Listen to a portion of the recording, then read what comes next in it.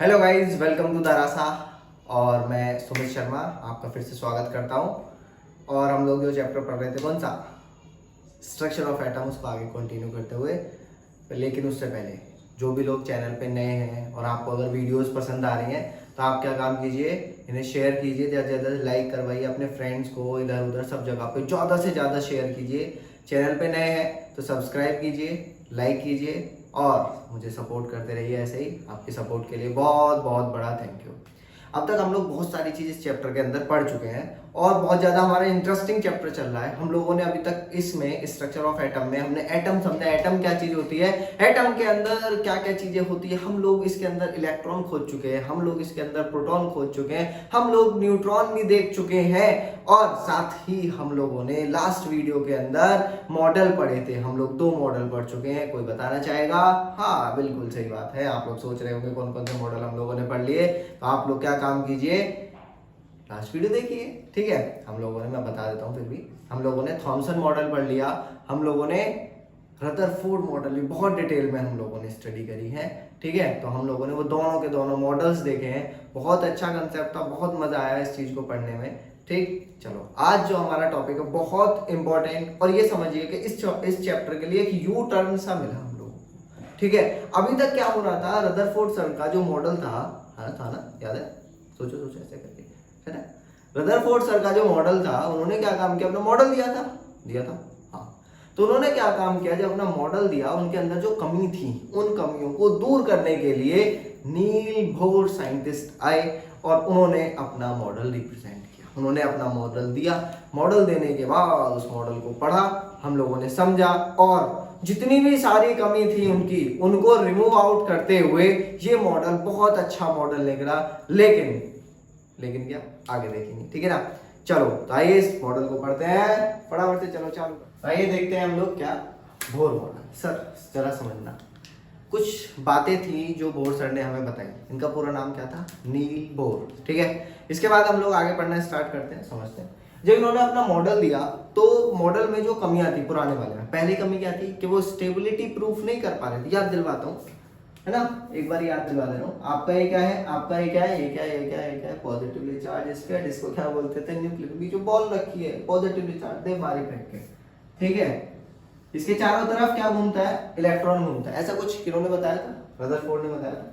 तो यहाँ से इनसे पूछा गया, चलो जी तुम्हारी मान लेते हैं ऐसे करके, तो पॉजिटिव चार्ज है और नेगेटिव चार्ज है, गोल गोल गोल गोल गोल गोल गोल गोल गोल पानी है, ऐसे करके घूम घूम के कहाँ गिर जाना चाहिए था, ये इसमें गिर जाना चाहिए था। बोले हाँ, तो गिरा क्यों नहीं? बोले मुझे नहीं पता। जब तुम्हें पता ही ना तो काय का मॉडल दे रहे हो। फिर उसके बाद इन्होंने नहीं बताया इलेक्ट्रिकल न्यूट्रलिटी के बारे में। तो 2 एक्सेप्शन, मतलब 2 लिमिटेशंस रह गई थी जिनके बारे में नहीं बता पाए थे। सबसे पहले तो बोर के मॉडल में क्या हुआ, ये सारी चीजें खत्म हो गई भाई, हम पहले इसी को निपटाएंगे, ठीक है। फिर उसके बाद, अच्छा आप लोगों ने अभी ये लाइट के बारे में नहीं पढ़ा है, तो लाइट के बारे में एक सेपरेट वीडियो बनेगी बहुत अच्छी डिटेल में, तो उसको जरूर देखना, ठीक है। पूरी जानकारी मिलेगी कैसे कैसे क्या चीज होती है। अभी बस इतना जान लो कि कुछ होता है लाइट के से, ठीक है। लाइट से क्या हुआ, स्पेशल पैटर्न्स बनते थे।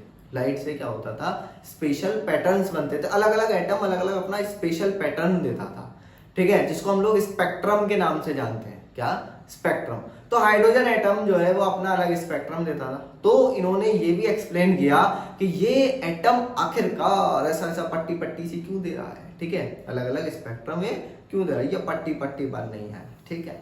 ऐसा कुछ इन्होंने समझाया, ठीक है। चलो, मैं ज्यादा सीरियस हो गया, मेरा बस की नहीं है इतना सीरियस हो। हाँ चलो, तो मस्ती करते हुए पढ़ना शुरू करते हैं। सर जरा ध्यान दीजिएगा, अरे भटक बड़ी जल्दी जाते हो, कहाँ चले जाते हो, दिमाग इधर ही रखा करो। इतने तो शुरू नहीं किया, भटक गए, ठीक है। इनका मॉडल शुरू करते हैं। तो इन्होंने अपने मॉडल को कुछ 5 पोस्टुलेट्स में एक्सप्लेन करने की कोशिश करी, ठीक है, 5। तो चालू करते हैं हम 5 पोस्टुलेट। पहला आपका न्यूक्लियस है, ये तो पढ़ा है ना, हाँ पढ़ा। तो यार ऐसे दिल मत दुखाया करो कभी कभी, देखो जरा, तो पढ़ा हुआ है। न्यूक्लियस अभी बताया था मैंने, जो पॉजिटिवली चार्ज स्फीयर होता है, जिसके अंदर सारे के सारे क्या होते हैं, प्रोटॉन भरे हुए रहते हैं, उसको क्या बोलते हैं आप, न्यूक्लियस बोलते हो। तो ये तो पहले ही पढ़ लिया, तो इसलिए काला लिखा है मैंने, हम पहले ही पढ़े, पुरानी याद होगी, काली काली याद है, ठीक है। चलो ध्यान देना। अब क्या बात हुई, इन्होंने समझाया कि ये न्यूक्लियस हुआ, इसके चारों तरफ एक फिक्स्ड पाथ होता है, इसके चारों तरफ एक फिक्स्ड पाथ होता है जिसके अंदर इलेक्ट्रॉन घूम सकता है, ट्विन ट्विन ट्विन। सही है। एग्जांपल, ये न्यूक्लियस और ये काला काला न्यूक्लियस, इसके चारों तरफ इलेक्ट्रॉन ये ठीक है। जब माइलम मजे ले रहा से देखो इधर ध्यान दो।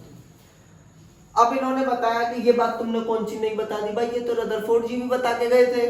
बोले हाँ, अब सुन लो, ठंड रखो, 5 बताए ना मैंने, अभी 2 ही हुए ना, सुनोगे ना। चलो तो देखो इन्होंने फिर आगे क्या काम किया, आगे समझाया। हाँ समझाया, सब्र करो मीठा होता है। देखो तो क्या बताया इन्होंने कि इसकी जो एनर्जी है, जिस पाथ पे ये घूम रहा है, ये फिक्स्ड एनर्जी है। भाई खतरनाक बात बोल दी इन्होंने, क्या हो गया, इसकी एनर्जी फिक्स हो गई। एनर्जी फिक्स होने से मतलब है ये इलेक्ट्रॉन ना तो एनर्जी लूज करेगा, ना अभी इसको जब एनर्जी दोगे तो ले लेगा, लेकिन एनर्जी लूज नहीं करेगा। बोले भाई खतरनाक भाई, इसका मतलब ये ऐसे गोल गोल घूम के एनर्जी लूज करके इसके अंदर नहीं गिरने वाला। पहली चीज यहाँ पे खत्म कर दी, ठीक है। फिर क्या बताया, फिर देखो फिर क्या दिक्कत आ रही थी, दिक्कत क्या आ रही थी कि भाई ये इलेक्ट्रॉन आखिरकार ऐसे कैसे कर रहा है। तो इन्होंने बताया कि एक ही शेल नहीं होता है, शेल बहुत सारे होते हैं। जो माइलम मिटा दो इसे, ठीक है। तो हमने क्या काम किया, और शेल्स बना दिए, सॉरी शेल्स बोल रहा हूँ, ऑर्बिट बना दिए, है ना, और ऑर्बिट बना दिए। पहले का नाम इन्होंने के एल एम और फिर उसके बाद के एल एम एन, ऐसे करके इन्होंने नाम दिए थे। अच्छा, इन्होंने बताया फिर कि ये इलेक्ट्रॉन क्या काम करता है, कोई अगर लाइट आ रही है, लाइट आई,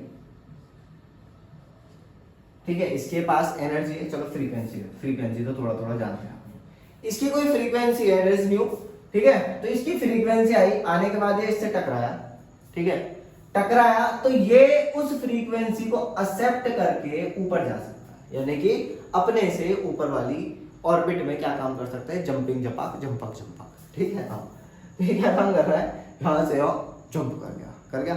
भाई खतरनाक चीज हो गई, ये इलेक्ट्रॉन है, ये कूद रहा है, ये यहाँ से यहाँ, यानी कि और देखोगे तो कूदता चला जाएगा, कुत्ता नहीं है, कूदता, ठीक है।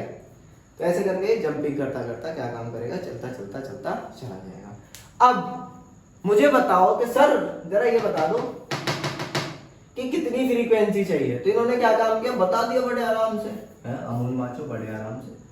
तो इन्होंने कैसे बताया, एक फॉर्मूला दे दिया, क्या आप फ्रीक्वेंसी निकाल सकते हो इस वाले फॉर्मूले से, that is frequency is equal to change in energy upon Planck's constant, ठीक है, प्लैंक्स कांस्टेंट। ये सारी चीजें अभी आपको बस याद रखनी है, सब चीज क्लियर होती चली जाएंगी जब हम लोग लाइट वाला पार्ट पढ़े, ठीक। यहाँ तक कोई दिक्कत नहीं है, चलो बहुत बढ़िया।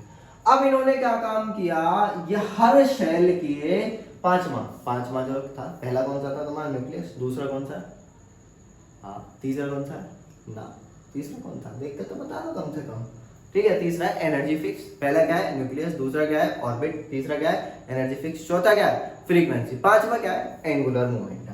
इन्होंने बताया कि हर शेल का एक फिक्स्ड एंगुलर मोमेंटम भी होता है जिसकी value mvr is equal to nh/2 h क्या है, फिर से यहाँ पे प्लैंक्स कांस्टेंट जिसकी वैल्यू इतनी होती है, प्लैंक्स कांस्टेंट जिसकी वैल्यू 6.626 इंटू 10 की पावर -34 इतनी वैल्यू होती है, सही है।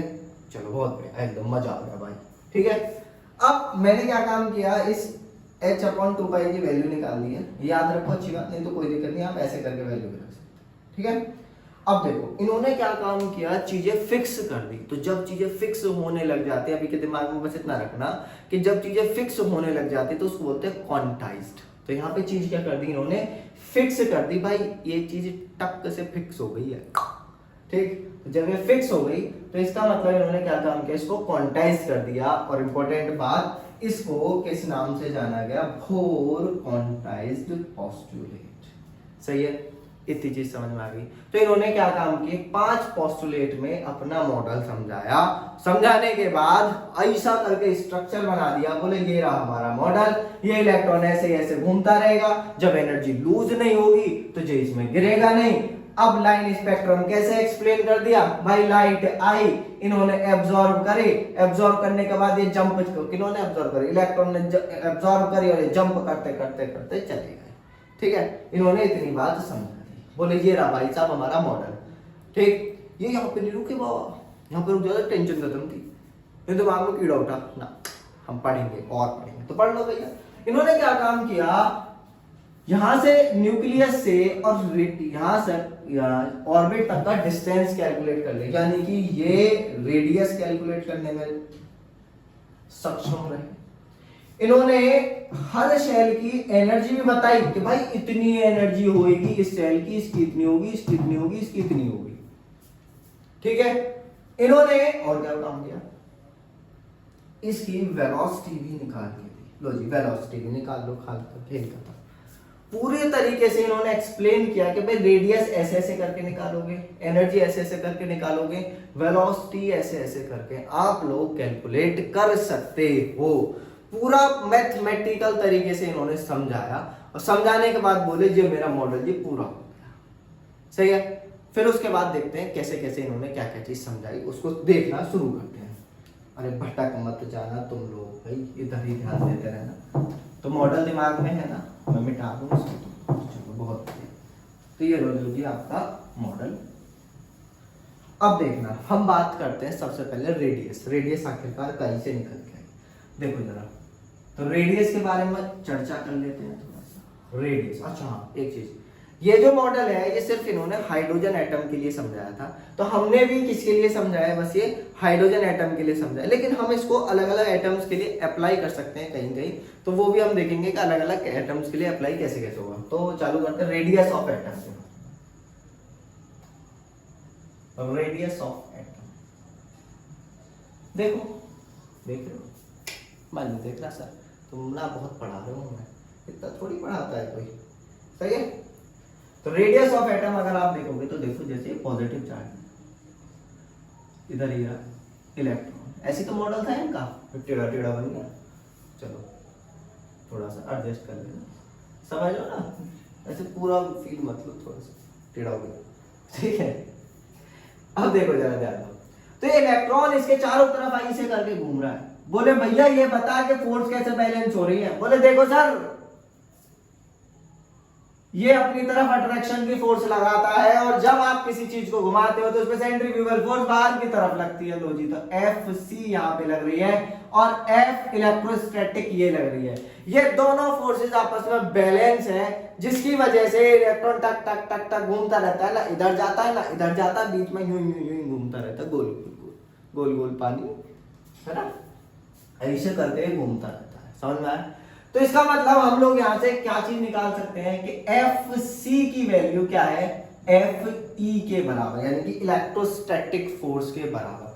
तो एफ सी की वैल्यू ये भाई फिजिक्स आ गई, केमिस्ट्री में फिजिक्स आ गई, फिजिकल केमिस्ट्री, फिजिक्स वाली केमिस्ट्री है, ऐसे कुछ है।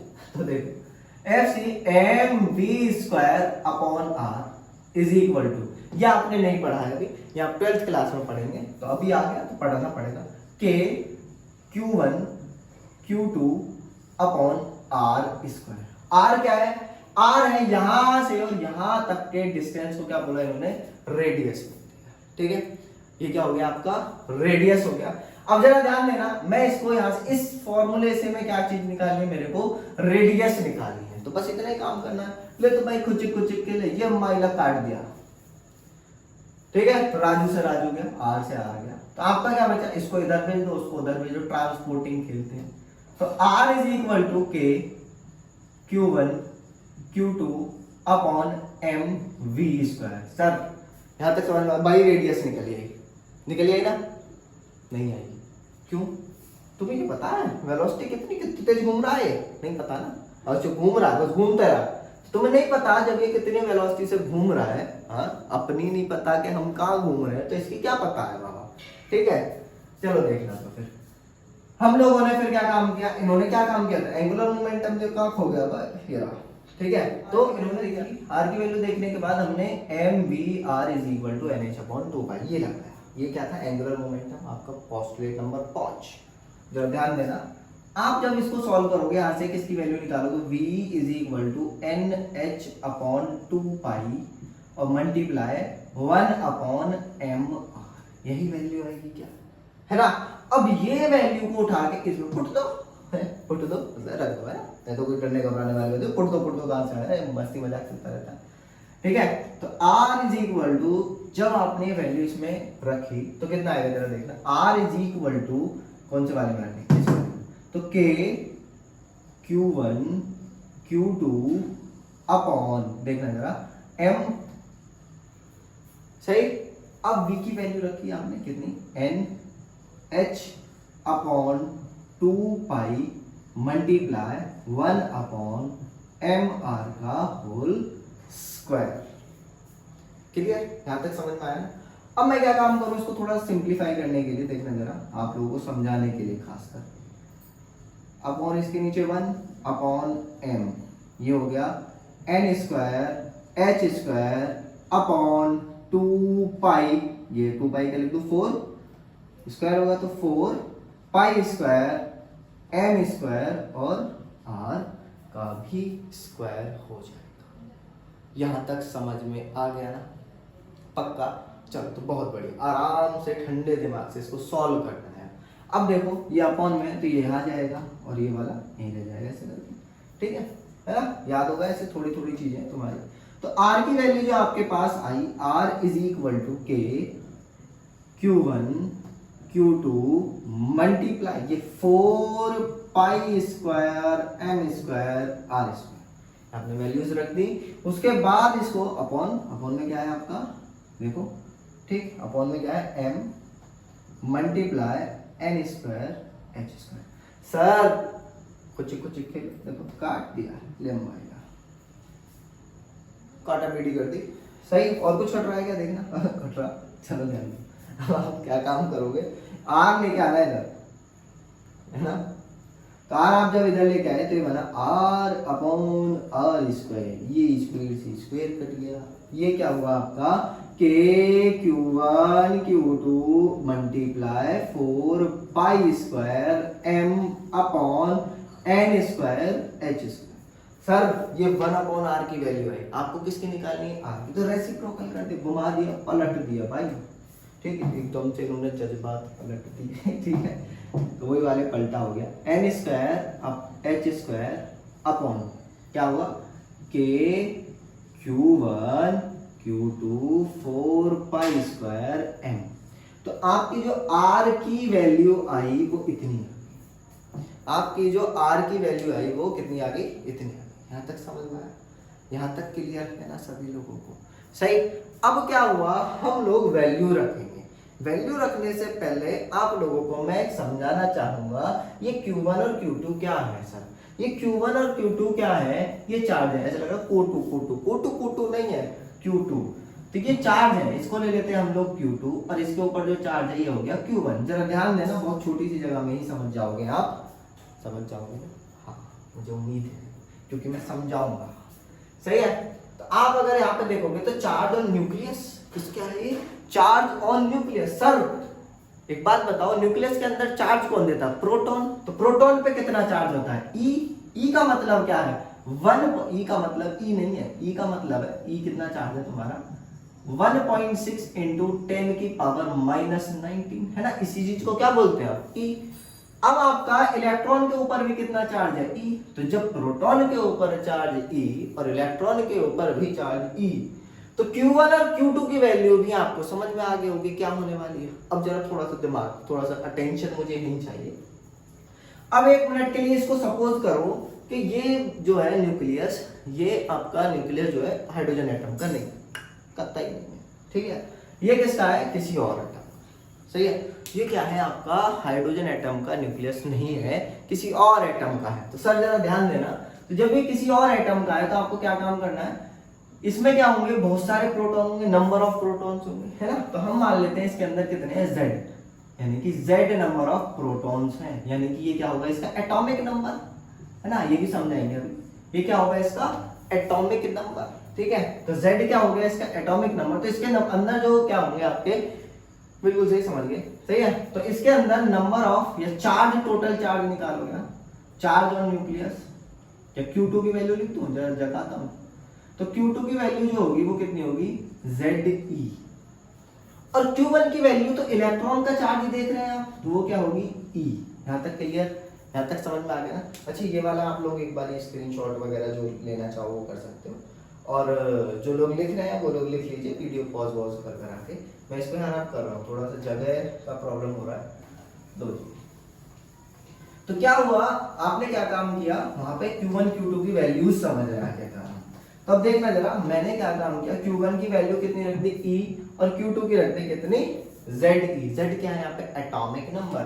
तो आपने क्या काम किया, Q1 की वैल्यू रखी E, और Q2 की वैल्यू रखी कितनी Ze, इसी फॉर्मूले में। तो ये लिख लेते हैं पहले यहाँ पे, R is equal to N square H square upon K E और Z E, ठीक है, E और Z E multiply 4 pi square M, आपकी ये वैल्यू आगे। पक्का यहाँ तक किसी को कोई दिक्कत है तो मुझे अब भी बता सकते हो आप लोग। सही, अब क्या हुआ, अब आपको दो चीजें पता है क्या, कि भाई मैं जो है, एक तो इसकी वैल्यू फिक्स नहीं है मेरे पास, n क्या है, नंबर ऑफ शेल, ठीक है, n क्या है यहाँ पे, नंबर ऑफ शेल है ना, यहाँ पे हम लोग n लिखते हैं क्या, नंबर ऑफ शेल। तो ये क्या हुआ आपका नंबर ऑफ शेल, तो जब n की वैल्यू कोई फिक्स नहीं है, और यहाँ पे एटॉमिक नंबर भी क्या है, फिक्स नहीं, atom change, atomic number change, ठीक है, तो इसका मतलब बाकी सारी चीज क्या होगी, कांस्टेंट। तो इनको एक तरफ लिख ले रहे हैं, तो ये हो गया h square upon k e square, या ऐसे करते हैं 4 pi square m k e square multiply n square upon z, ठीक है सर, यहां तक कोई दिक्कत, बहुत बढ़िया।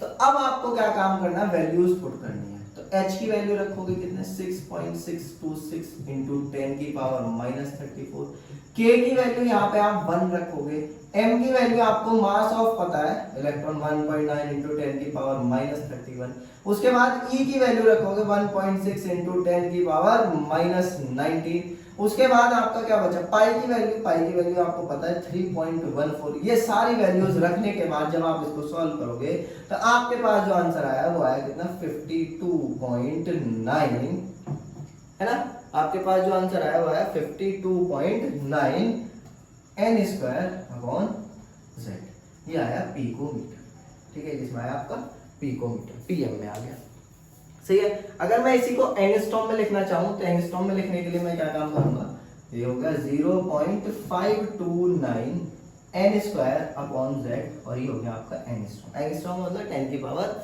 -10, ठीक है, यहां तक क्लियर। तो ये इन्होंने क्या काम किया, किसकी वैल्यू दी, सब चीज इन्होंने रेडियस की वैल्यू निकाल के आपको दे दी, क्लियर। तो जब यहाँ पे रेडियस आप लोगों को मिल गया तो अब क्या काम करना, बजे लेंगे, ठीक है। अब क्या काम करना, आपको रेडियस मिल गया, रेडियस मिलने के बाद अब मैं इस रेडियस की वैल्यू को आप यहाँ पे रख सकते हो, है ना। जैसे इस फॉर्मूले में रखोगे तो वेलोसिटी मिल जाएगा, ठीक है, और वेलोसिटी मिलने के बाद आप लोग वेलोसिटी का मजा लोगे फिर, ठीक है। तो ये हो गया आपका, जी बोर सर ने ऐसे ऐसे करके क्या काम किया था, क्या निकाला था आपका रेडियस। एक बार देख लो इसको कैसे निकाला था, R यानी कि इलेक्ट्रोस्टैटिक फोर्स, और आपका कौन सा, हाँ सेंट्रीफ्यूगल फोर्स को क्या काम किया था, इक्वेट करने दिया। इनके फिजिक्स से फॉर्मूले उठाए, फॉर्मूले उठाने के बाद इन्होंने सब चीज रखी, फिर उसके बाद इन्होंने एक चीज का और यूज किया जो कि क्या था इनका, एंगुलर मोमेंटम। एंगुलर मोमेंटम की हेल्प से वेलोसिटी निकाली और वेलोसिटी की वैल्यू यहाँ पे रख दी, और वेलोसिटी की वैल्यू निकालने के बाद इसको क्या काम किया, धीरे धीरे धीरे करके सॉल्व करते चले गए, और हमारे पास आर की वैल्यू हमें मिल गई। जैसे ही हमें आर की वैल्यू मिली तो हमने सीखा कि भैया चार्ज Q1 Q2 चिल्ला रहे हैं इतनी देर से, तो क्या है भैया चार्ज, हमने क्या काम किया, चार्ज भी रख दिया। चार्ज की वैल्यू निकाली आप लोगों ने, इलेक्ट्रॉन और न्यूक्लियस के बीच में है फोर्स, तो आपने क्या काम किया, चार्ज की वैल्यूज निकाल दी। सर जरा एक बात ध्यान रखना, यहाँ पे जब आप फॉर्मूले में वैल्यूज रखते हो तो इलेक्ट्रॉन की जो चार्ज की वैल्यू है उसको नेगेटिव में नहीं रखना है, बस यहाँ पे वैल्यूज रखी जाती हैं। यहाँ पे आप लोग charge consider, positive negative consider नहीं करते हो।